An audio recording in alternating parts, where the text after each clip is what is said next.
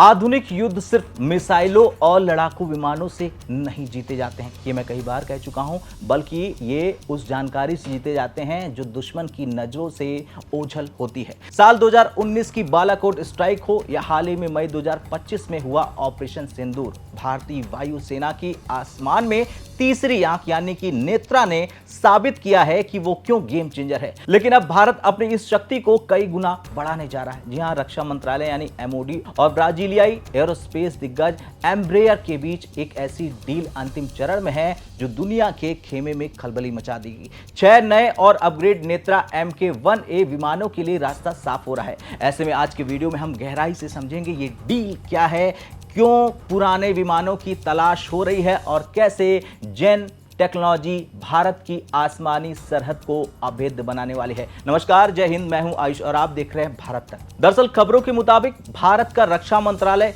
6 EMB-145 आधारित विमानों के लिए एम्ब्रेयर के साथ समझौता करने के बेहद करीब है। ये विमान भारत के Netra MK airborne early warning and control यानी अवॉक्स जिसे हम कहते हैं उस प्रोग्राम की रीढ़ है। लेकिन यहां एक पेच है। एम्ब्रेयर ने EMB-145 रीजनल जेट का उत्पादन एक दशक पहले ही बंद कर दिया था, तो फिर भारत 6 विमान कहां से लाएगा? जवाब है सेकेंडरी मार्केट। एम्ब्रेयर को जिम्मेदारी दी गई है कि वो पूरी दुनिया में अपने नेटवर्क का इस्तेमाल करके ऐसे एयरफ्रेम को ढूंढे जो या तो बिल्कुल नए जैसे हों या बहुत कम इस्तेमाल किए गए हों।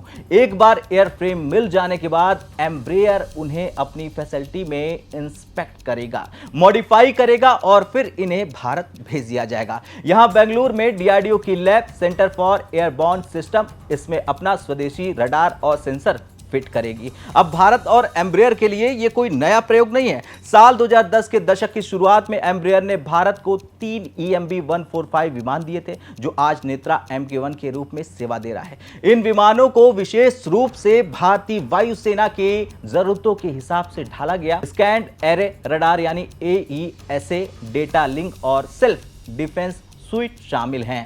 यही अनुभव इस नई डील को मजबूती देता है। एम्ब्रेयर को पता है कि भारतीय वायुसेना को क्या चाहिए और DRDO के सेंसर विमान के ढांचे में कैसे ये फिट होते हैं। इसी तालमेल की वजह से भारत एक बार फिर इसी प्लेटफॉर्म पर भरोसा जता रहा है। अब बात करते हैं उस अपग्रेड की जो नेत्रा MK-1A को दुनिया के बेहतरीन अवॉक्स सिस्टम की कतार में ला खड़ा कर देता है। दरअसल इस अपग्रेड का दिल है गैलियम नाइट्रेट यानी GaN टेक्नोलॉजी। अब नेत्रा MK-1 का अपग्रेड कितना पावरफुल है जरा आप जान लीजिए। देखिए, पुराने नेत्रा MK-1 में गैलियम आर्सेनाइड यानी GaAs का इस्तेमाल होता था, लेकिन MK-1A में इस्तेमाल होने वाले जेन सॉलिड स्टेट कंपोनेंट गेम बदल देंगे, क्योंकि जेन मॉड्यूल ज्यादा पावर पैदा करते हैं, गर्मी को बेहतर तरीके से झेलते हैं और इनकी उम्र भी लंबी होती है।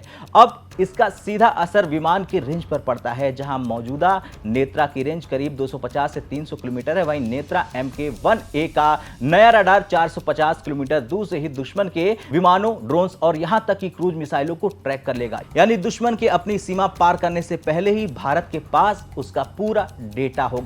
अब भारतीय वायुसेना को इन 6 अतिरिक्त विमानों की जरूरत क्यों है यह भी जान लीजिए और इसे समझने के लिए हमें इतिहास देखना होगा। 26 फरवरी 2019 बालाकोट एयर स्ट्राइक के दौरान नेत्रा ने पाकिस्तानी रडार की नजरों से बचते हुए हमारे मिराज विमानों को रास्ता दिखाया। यही नहीं, हाल ही में 7 मई 2025 को हुए ऑपरेशन सिंदूर में भी नेत्रा ने अपनी उपयोगिता साबित की और वर्तमान में वायुसेना के पास सिर्फ 3 ऐसे सिस्टम हैं। 6 और MK-1 जुड़ जाने के बाद भारत की निगरानी क्षमता कई गुना बढ़ जाएगी, जिससे जटिल ऑपरेशंस को मैनेज करना आसान हो जाएगा।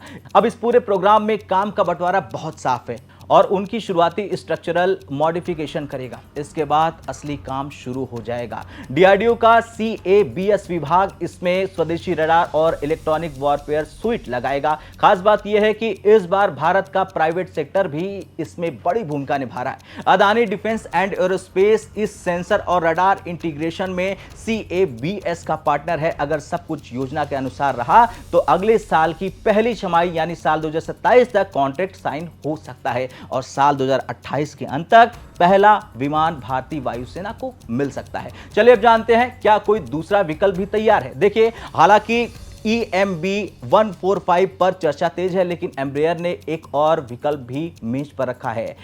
प्रीडेटर 600। जून 2026 में एम्ब्रेयर ने अपने इस मॉडर्न बिजनेस जेट का प्रस्ताव दिया था। अब प्रीडेटर 600 की रेंज 7400 किलोमीटर से ज्यादा है और ये 45,000 फीट की ऊंचाई पर उड़ान भर सकता है।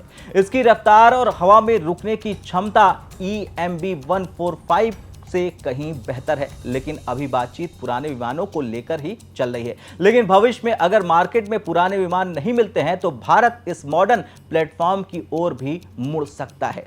खैर, नेत्रा MK1A प्रोग्राम भारत की आत्मनिर्भर भारत और मेक इन इंडिया मुहिम का एक बेहतरीन उदाहरण है। भले ही हम प्लेटफॉर्म बाहर से ले रहे हैं, लेकिन इसकी आंखें और कान पूरी तरह से हिंदुस्तानी हैं। एम्ब्रेयर के साथ ये डील भारत को पड़ोसी देशों की तुलना में एक सामरिक बढ़त दिलाएगी। अब आपकी बारी दोस्तों, आपको क्या लगता है, क्या भारत को पुराने EMB 145 विमानों के साथ जाना चाहिए या फिर लेटेस्ट प्रीडेटर 600 को अपनाना चाहिए? अपनी राय कमेंट में जरूर बताएं। जय हिंद।